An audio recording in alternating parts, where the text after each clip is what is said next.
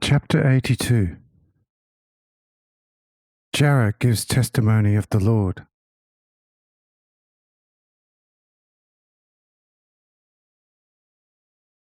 Finally, one of them, with some wine left in his jug, drank to the health of the wise Nazarene as follows: "Let the one we sought but found nowhere live with our blessings for evermore, if he is still alive and safe somewhere. We shall never be adversaries to his life, which is a blessing for mankind. Oh, had he only allowed us to find him, we would have laid bare the temple for him in a way that would stop him hankering after it as we have been stopped, should he still have any regard for it. Since we could not find him, however, let us drink to the health of the good body healer from Nazareth." This brought tears to Julius's eyes, as well as to those of the deeply moved Cyrenius. Tears also came to Jakob and to most of my disciples.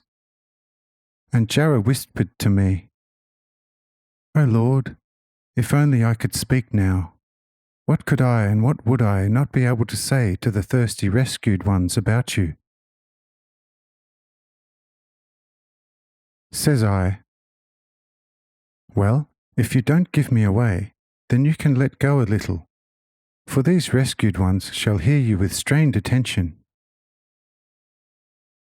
Says Jakob, overjoyed, "Oh, if so, then I shall at once ask the company's indulgence."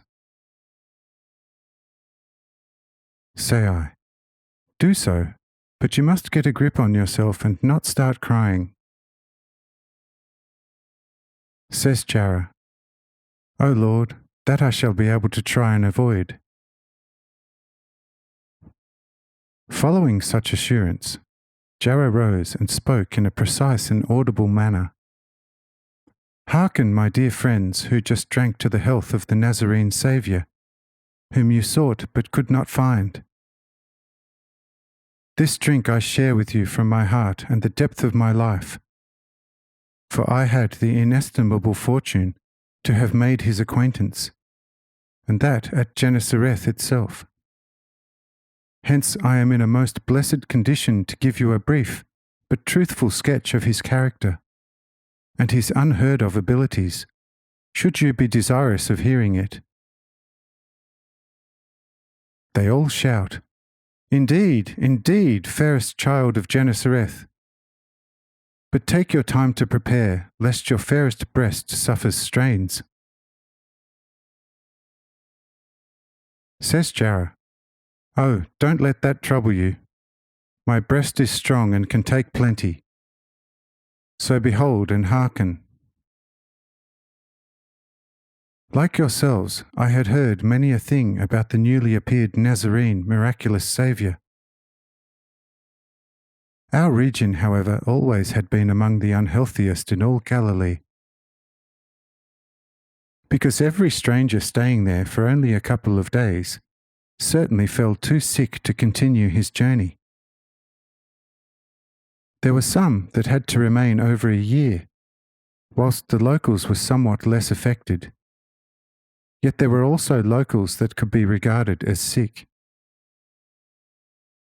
Hence all travellers meticulously avoided this area, and whoever was not forced there on business was certain not to come right into Gennesareth. When I first heard of the certain Nazarene Saviour, I began to fervently pray to the God of Abraham, Isaac, and Jacob, that he would let the Saviour also come to the most unhealthy Gennesareth. And behold, I had soon been heard, because the Nazarene Saviour shortly afterwards came to Gennesareth. And seeing a Saviour without medicines, one pondered, how shall this one heal all those sick? But he soon persuaded us that he only had to say, I say unto you, or be healed. And behold, in a moment all who suffered from any incurable illness whatsoever were healed with such lightning speed that no trace could be found that they had ever been sick. The lame, the blind, the deaf, the crippled, the possessed, the palsied, the leprous, and many with hundreds of other sicknesses. This was all the same to the Saviour. His word and will healed them all. Julius, a Roman, besides hundreds of others, were witnesses to it.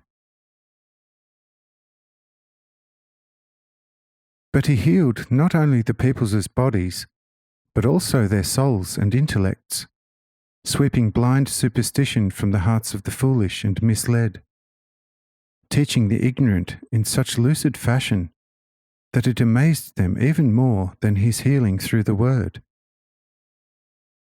He in the end proved himself also as a complete master of nature. For not only water, air, fire, and earth, but I would like to say with certainty, also sun, moon, and all the stars would not show disobedience to his word, because the angels of heaven submit to his will. He loved me very much, just as I also love him above all, although outwardly he is not really a beautiful man, since he is rather small in stature, and his hands are rough and full of work scars. But his head is full of dignity, and his eyes probably the most beautiful I have ever seen. Also, around his mouth he has an exceedingly friendly, nonetheless at the same time also dignified, serious expression. The voice of his mouth one can only call truly manly, adorable, since it sounded, at least for my ears, more pleasant than the most beautiful singing. There you have the briefest possible, but most strictly true sketch of the most renowned Saviour from Nazareth, which can be verified by hundreds of the most reliable witnesses.